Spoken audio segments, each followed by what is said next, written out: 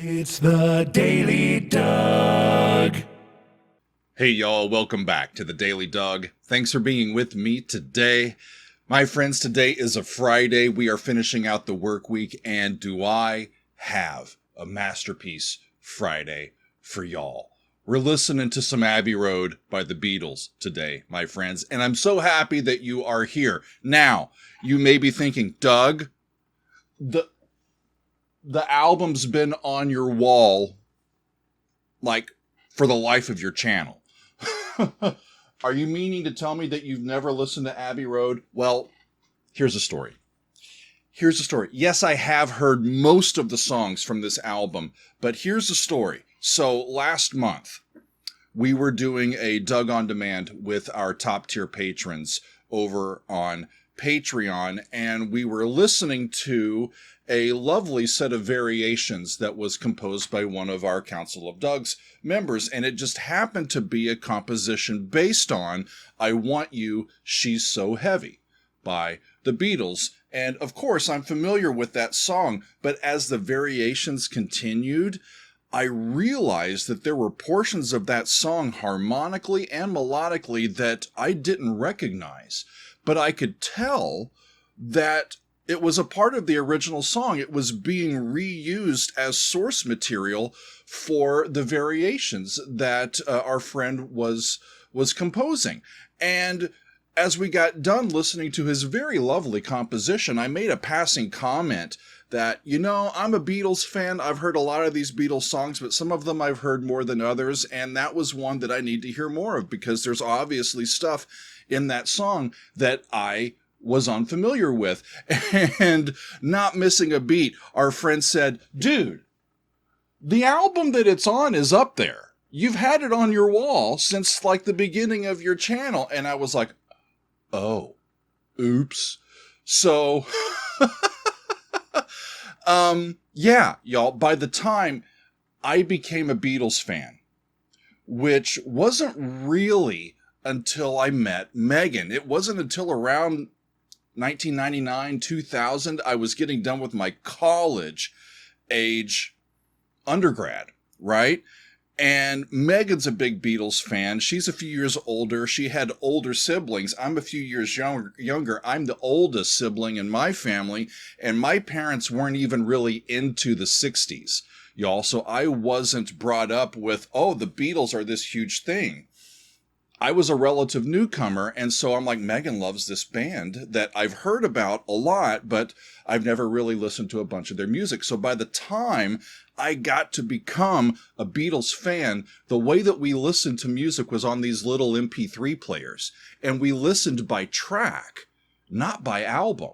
So I've heard many songs by the Beatles, and most of the time I hear it, oh, that sounds like relatively early Beatles. Oh, that sounds like relatively late Beatles. But hearing the albums is something that relatively recently I've realized is a huge difference between somebody like me, who's coming to this music relatively recently, and somebody like many of y'all who grew up listening to these albums on vinyl.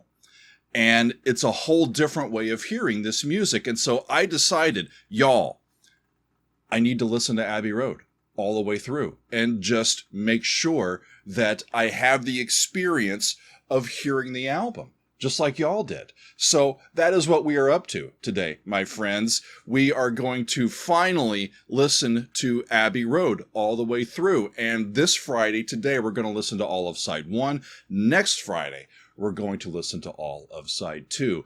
And I'm just really pumped to do these. I know most of the music that we're going to hear today. So reactions, first time reactions, not really. We're just going to celebrate this wonderful music, friends. And you know why we're going to do it? Because we can. And because it's wonderful. So let's get to it. I'm just really excited. So Abbey Road is the band's 11th album. It was released in September of 1969. And although Let It Be was released the following year in 1970, it was Abbey Road that ended up being the last album that the band worked together to record.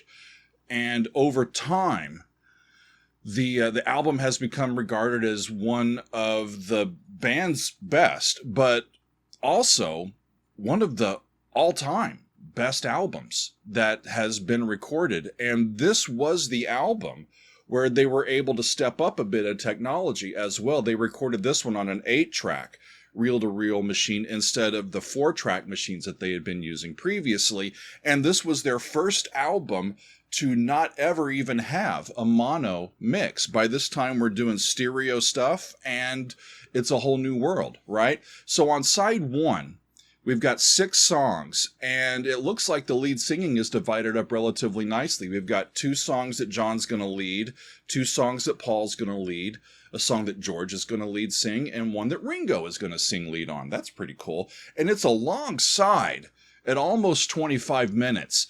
I don't know if I've seen a traditional side of music that goes that long. I'm used to seeing 22 minutes, maybe 23, but getting close to 25 minutes is using every available groove that you've got on a piece of vinyl.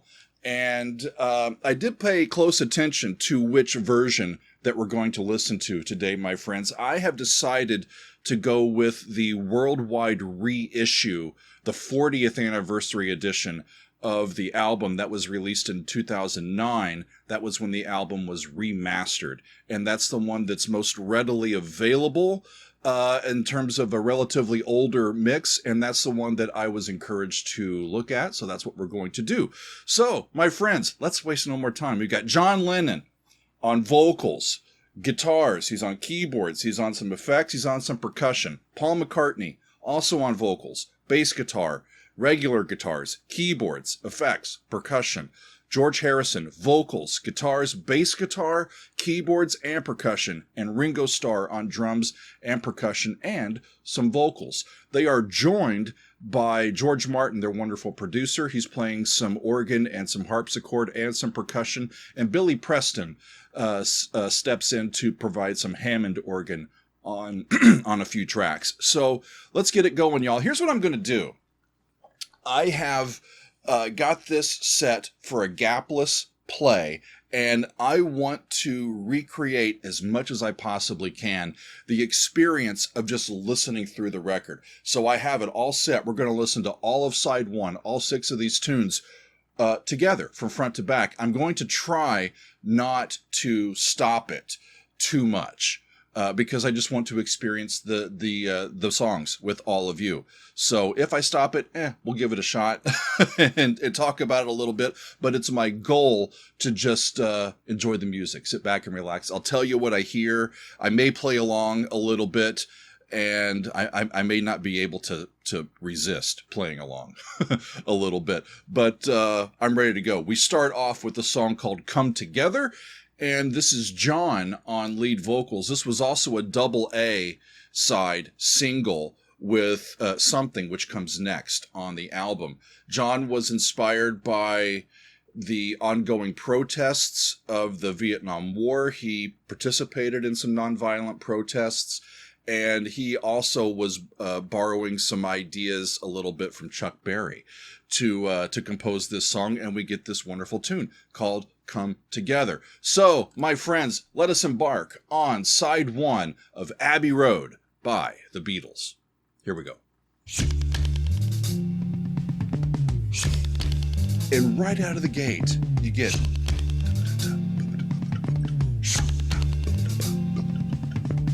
Ringo doing unconventional stuff on the drums.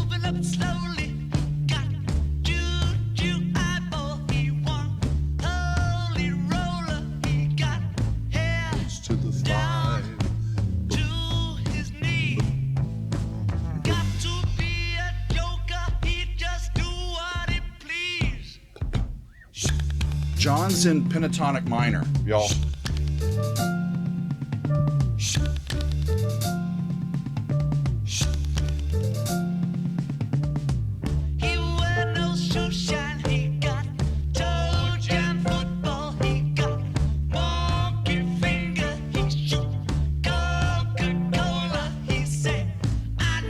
Goes to the 5. We're in D minor. Goes to the A chord. Goes down to G.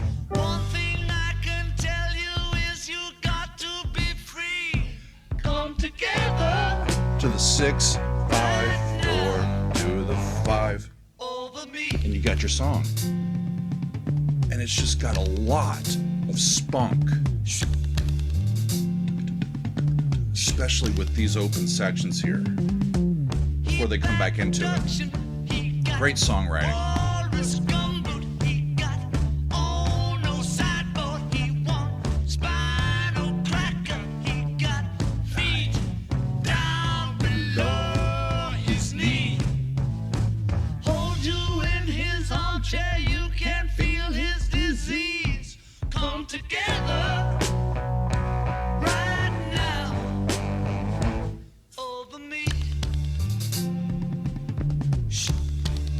Not overplaying. Yeah, there comes the keyboard with those fourths in there.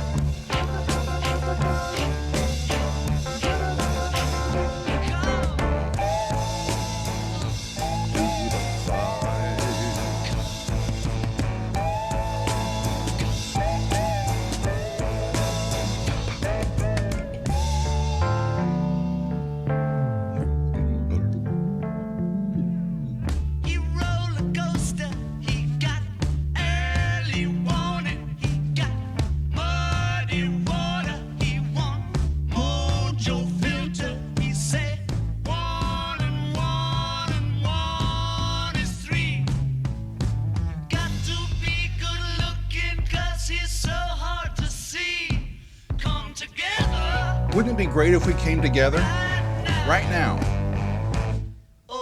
Whether it's over John or anybody, we just need to come together, don't we?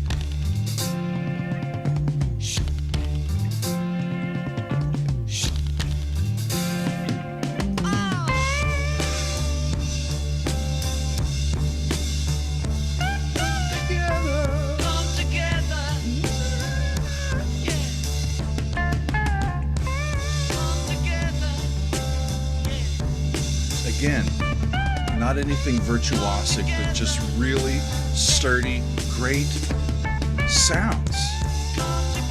They had this way of just pulling ideas from all of these disparate sources and using their own creativity to kind of lead the charge with, hey, all you musicians, you can write your own songs too. You can be weird. You can have this style or this style or this style. You can do all these styles. Be a musician. Have fun. Be creative. And I think that's why they're so darn influential to so many different types of musicians. Awesome tune. Next up, my favorite Beatle, George, is going to be singing lead on Something in the Way She Moves. I love this little song.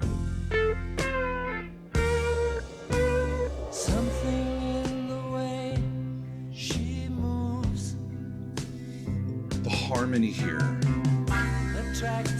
the progression that George has written is so beautiful. Something in the way she woos me. I don't want to leave her now. You know I believe in her. Goes down by half step in the bass. So we're in C. Goes down to C major 7. Turns to C dominant 7 to F, right? D major.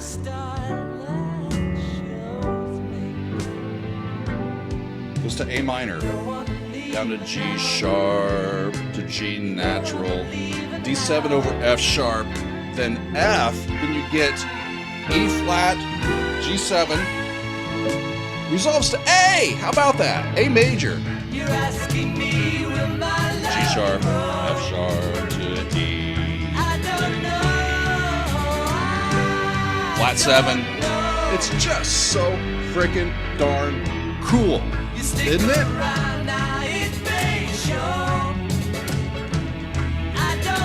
Great bridge. Use a circle of fifths to get us back to C and then just stays there. So for the bridge, we modulate to A. It's relative minor, but it's used in major. Then by the time we get back to C, everybody's happy. 5 of 5.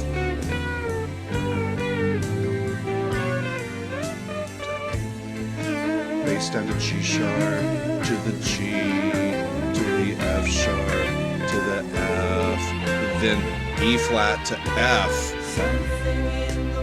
in the bass. How do you do that? How do you use E flat to get back to C major?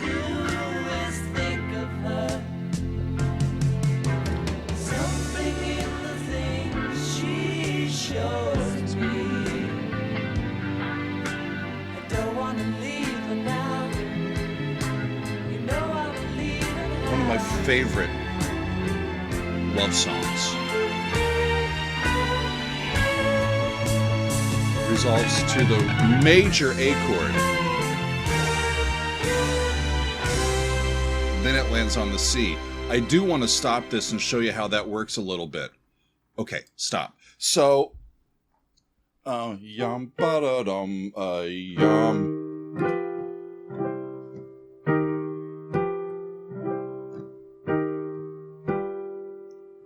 It's like a G7 chord, E flat chord with a B flat, and then G7 chord with the B natural.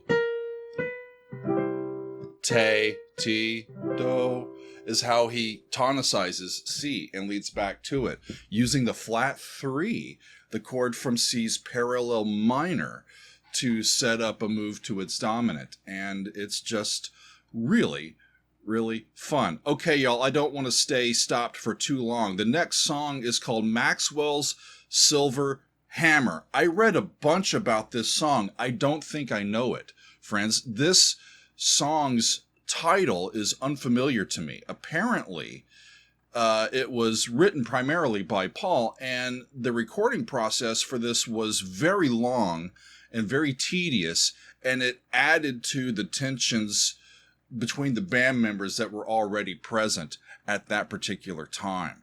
So I'm curious to see what this ends up sounding like, because I think this is the only song that I don't know on side 1. So here's Maxwell's Silver Hammer.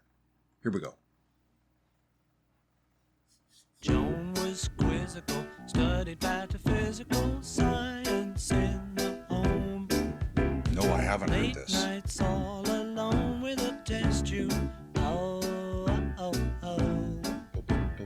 Maxwell Edison, majoring in medicine, calls her on the phone. Can I take you out to the pictures, Joan? But as she's getting ready to go, a knock comes on the door. Boom, boom. Bang, bang, Maxwell's silver hammer. Bang, bang, Maxwell's Silver Hammer. It sounded like they clanged something. Bang, bang, Maxwell's They're hitting something metal on metal. made sure that she was dead. I'm sure it's the Silver Hammer. Reminds me of When I'm 64. An old style song. Back in school again, Maxwell plays the fool again. Was that a Moog Teacher synthesizer? gets annoyed, wishing to avoid an unpleasant scene. She tells Max to stay when the class has gone away, so he waits behind. Writing 50 times. Writing 50 times, I must not be so. But when she turns her back on the boy, he creeps up from behind. What's he gonna do? Bang, bang, Maxwell's silver hammer Came down on her head. Maxwell! Bang, Maxwell's silver hammer made sure that she was dead. He made sure she was dead? Holy shit.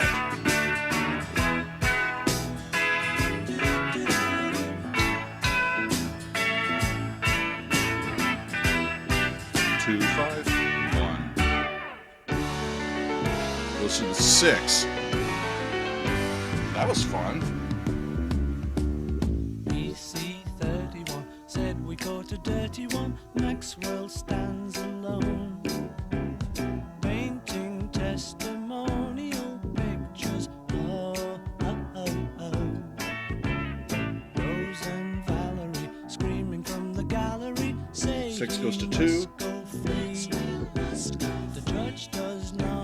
It's using a tried and true progression. The dominant 7th chords resolve appropriately. But as the words are leaving his lips, a noise comes from behind. Bang, bang, Maxwell's silver hammer came down upon his head.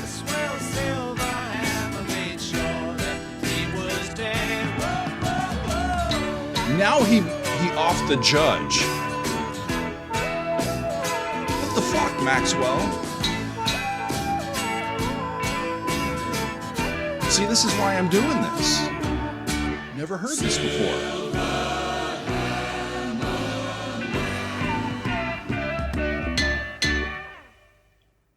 Silverhammer Man, I'll be darned.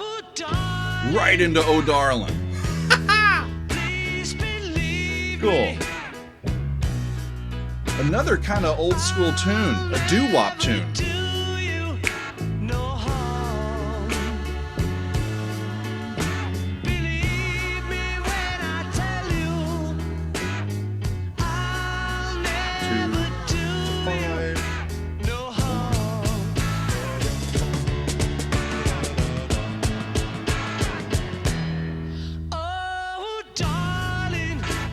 I think. If you leave me, I'll never make it alone. Believe me when I beg you, don't 2 leave me to 5 alone. 1.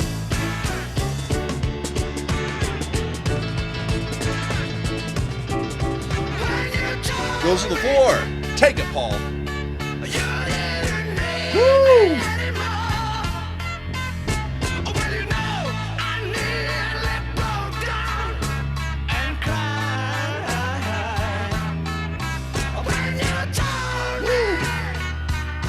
Up a step to B.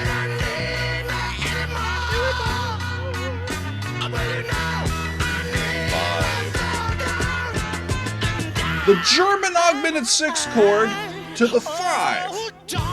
Nice job, Paul. That was fun.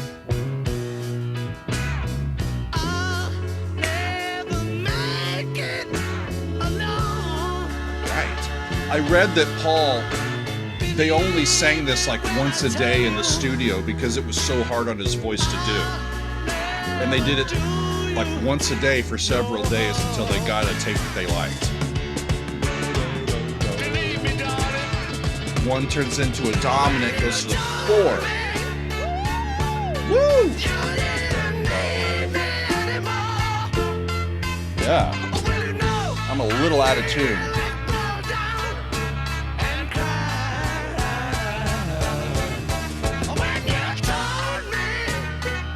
Goes to the B.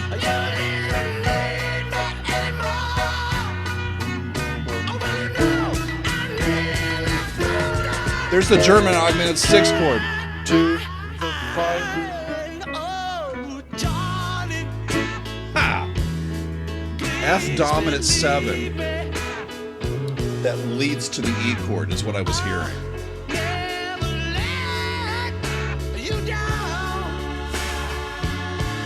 Listen to all these different styles of music we've got.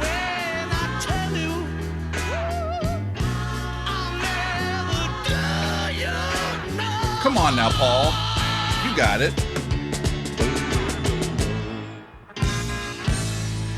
Then a little 7th chord at the end. Fun. Octopus's Garden is up next. I've heard this, but it's been a long time. Ringo's on the vocals here.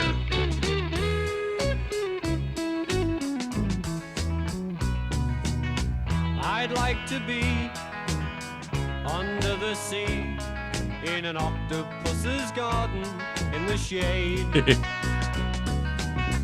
He'd let us Another in, slightly different style. It's kind of knows country where rock, we've been, country in his folk, octopus's rock folk. garden in the shade.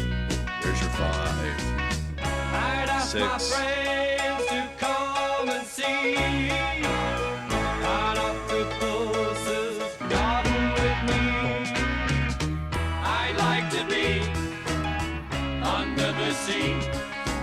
octopus's garden in the shade.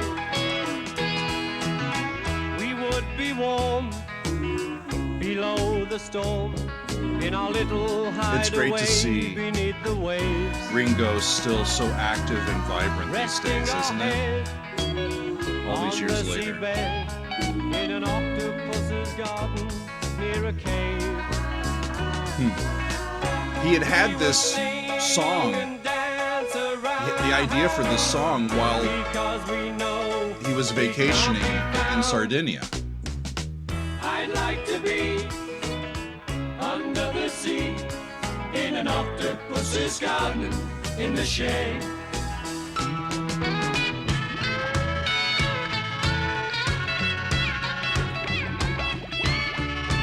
Bubbles. I read that George made the bubbles by blowing through a straw into like some water or milk or something, and they put a mic on it.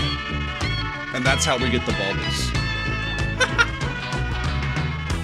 We would shout and swim about the coral that lies beneath the waves.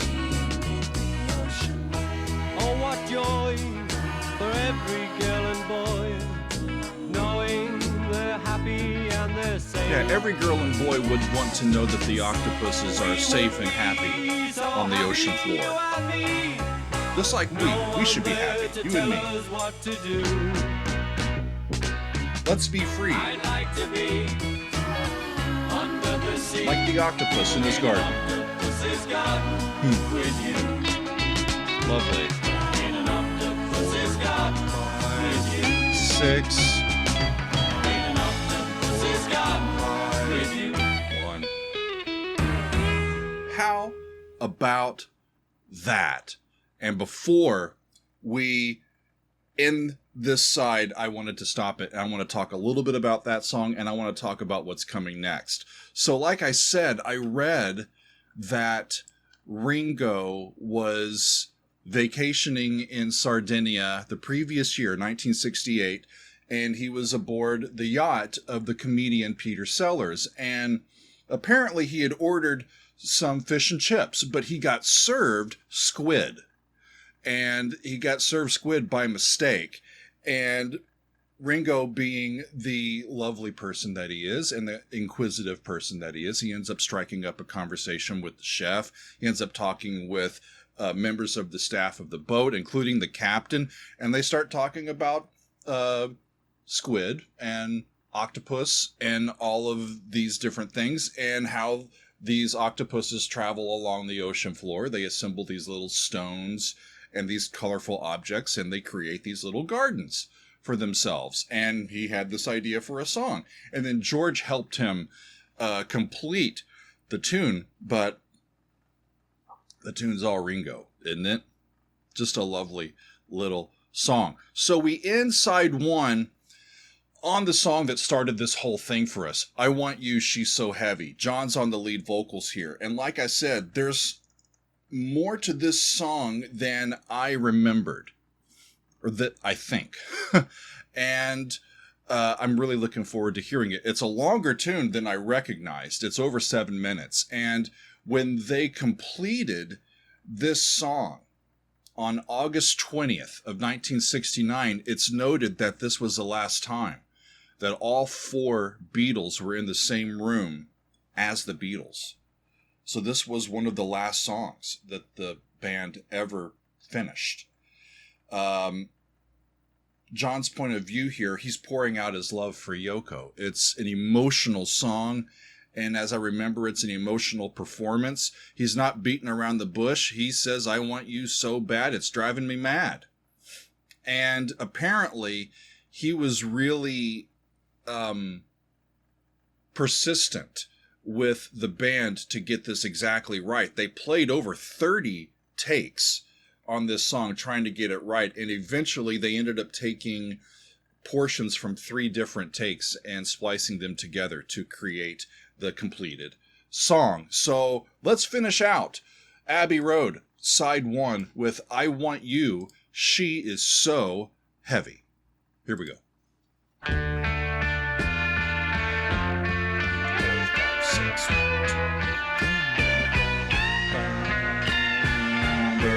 another German augmented 6 chord, resolving down latest soul. I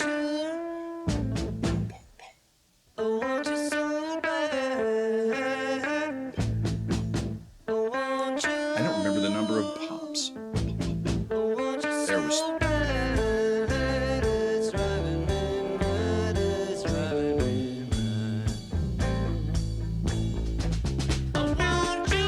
Goes to the 4.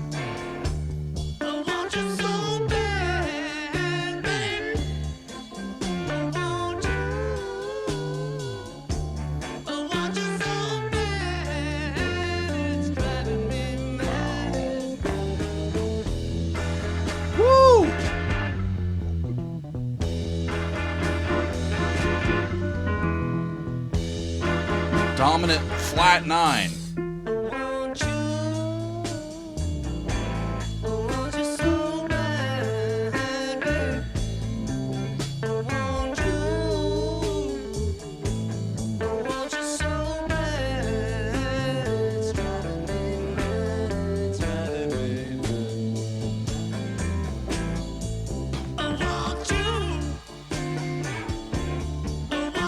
The bluesiness in this is that go into the 4 for this next portion.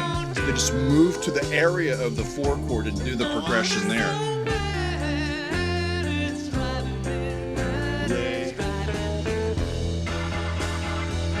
So it goes by tritone to this E, dominant flat 9. She's so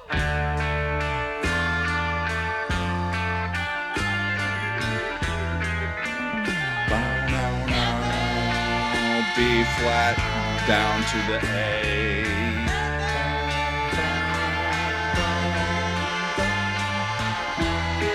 E7, B flat 7 to A.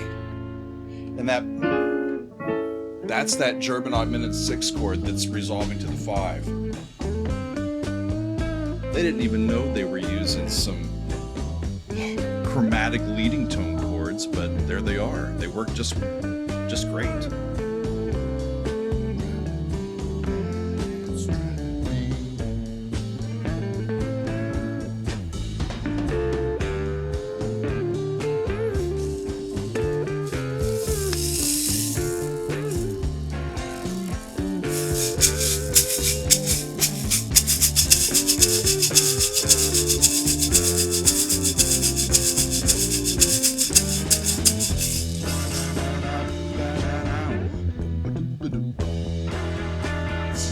That dominant flat 9 has that crunchy sound in it that just leads us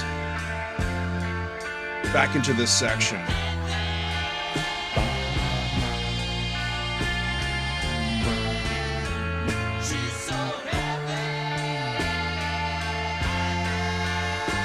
And Yoko's not heavy. She was a petite lady. She is a petite lady. So John's not fat shaming her, y'all.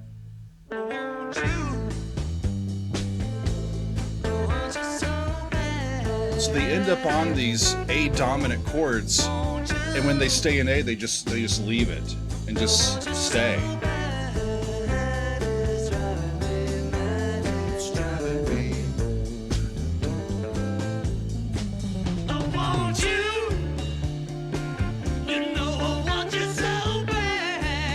Simple little tune, right?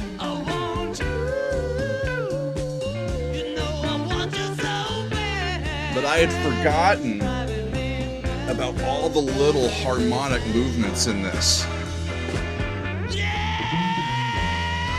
Yeah. The bass is just doing that outline of that dominant.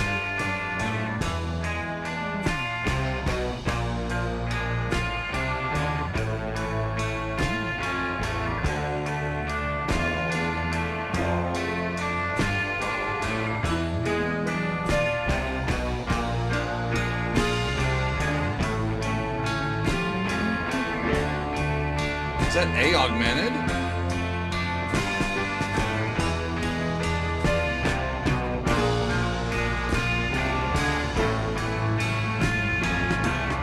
Might be. The 5 chord with May in it instead of Ray.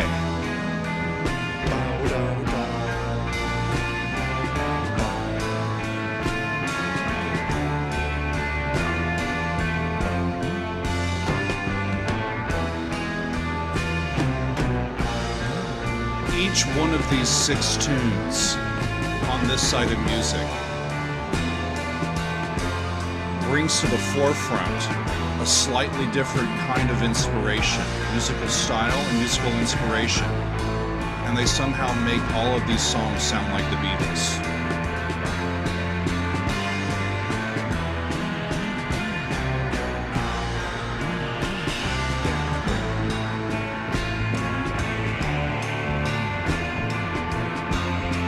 I can't remember how this ends either.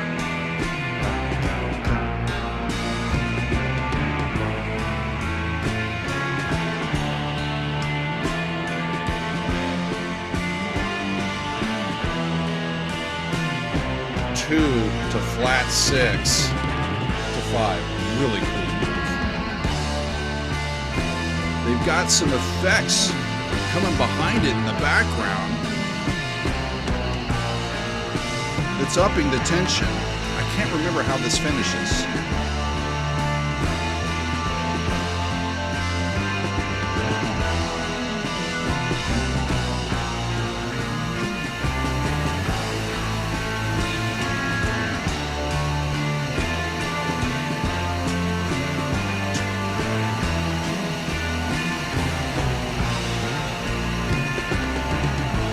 They're using the synthesizer to create all of that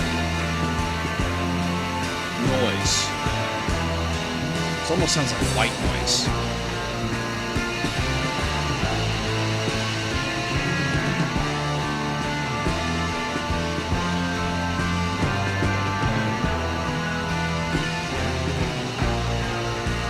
Yeah, you could repeat that chord progression forever and I'd still love it.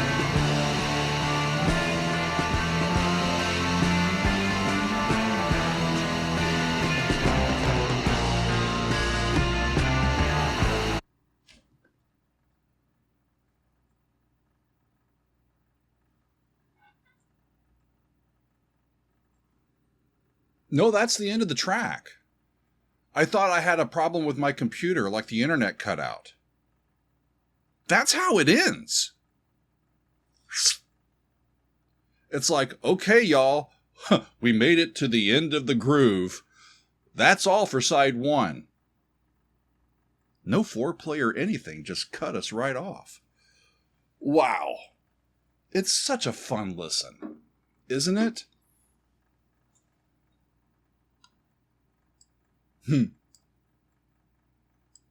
Really, really, really fun. So Come Together, I knew. Something in the Way She Moves, I knew even better. I think I was most familiar with that one. It's the one that I've listened to the most. I just love George. I love his music. I love his songwriting. Maxwell's Silver Hammer. That's one that I had not heard. And what's wrong with Maxwell? It's like Maxwell's just doing everything wrong, you know?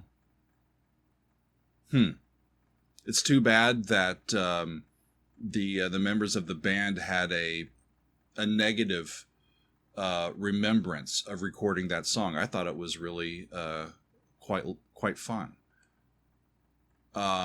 Completely different as a third song on the album, right? And then we go to Oh Darling, the little doo-wop tune with Paul trying to sing high enough. That actually sounded like John could have sung that.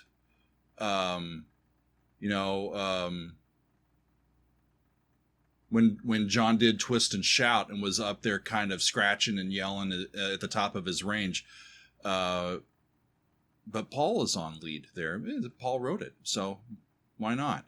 And then Octopus's Garden was fun with Ringo. And then She's So Heavy, y'all. Just cut us right off. Just a lovely sight of an album. There is a more recent new version of this album that is available to us. In 2019, there was a super deluxe version of this album for the 50th anniversary of the original release that was overseen by Giles Martin, who did some new mixes of the album. And people have said it's fine, but they, people that have my ear were saying, no, the 2009 version's better if you're trying to decide between one of the two. So I went with that. I'd love to hear the 2019 version and see how it's different. But as I read a whole lot about this album, getting ready for this episode, y'all, the thing that kept amazing me is just how much new generations of people continue to buy this album. It keeps selling and selling and selling and going for new pressings and getting re-released and all this sort of stuff. The original album was a #1 smash, obviously, and it was a #1 hit in 11 different countries.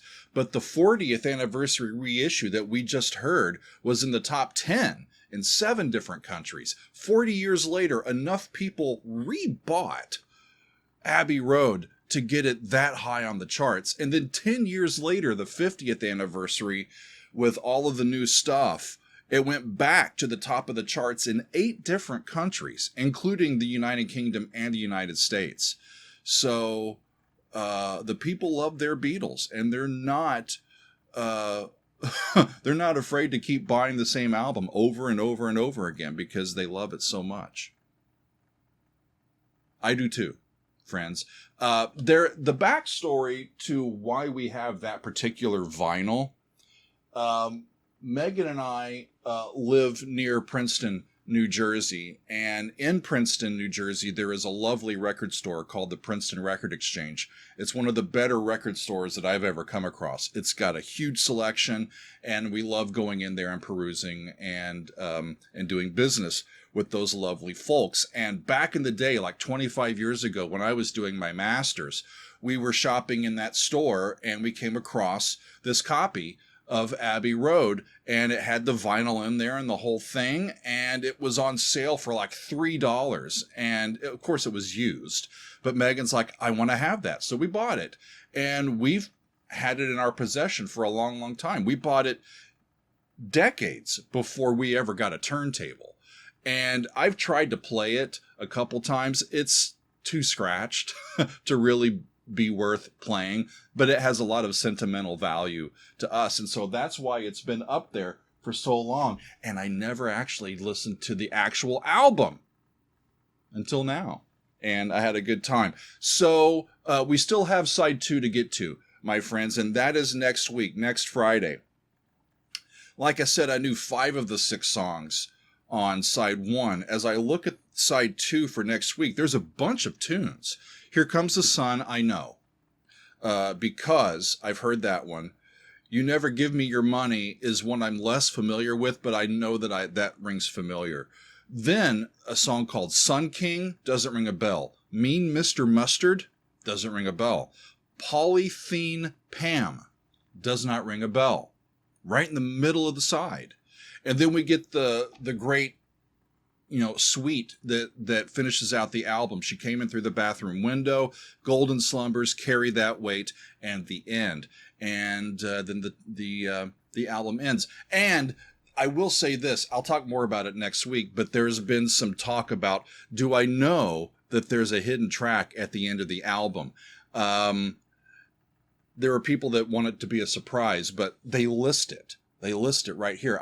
When I read in today, I've seen that there is a hidden track at the end of the album, and it's called Her Majesty. I don't know what it is or what it sounds like, but now I do know that it's there. So I will be anticipating something where I wouldn't have before. I thought the end was the end, but apparently Her Majesty makes a little appearance. We'll hear that next week. When we get to side 2. I can't wait to do it, y'all. But I will force myself to wait and share side 2 of Abbey Road with y'all next week. But for today, it's just been really fun, hasn't it? Spending some time together, listening to this classic Beatles album, side 1 of Abbey Road. I finally did it, y'all. Thank you for hanging out with me and listening to this great album. It's not a first-time reaction, but it doesn't mean we can't enjoy it. together and just celebrate it, right? Just a fun time. So I believe that is going to be all for me today and this week. My friends, I thank you very much for being with me. We'll see you next time on another edition of the Daily Doug. It's the Daily Doug. Welcome to the Daily Doug. The Daily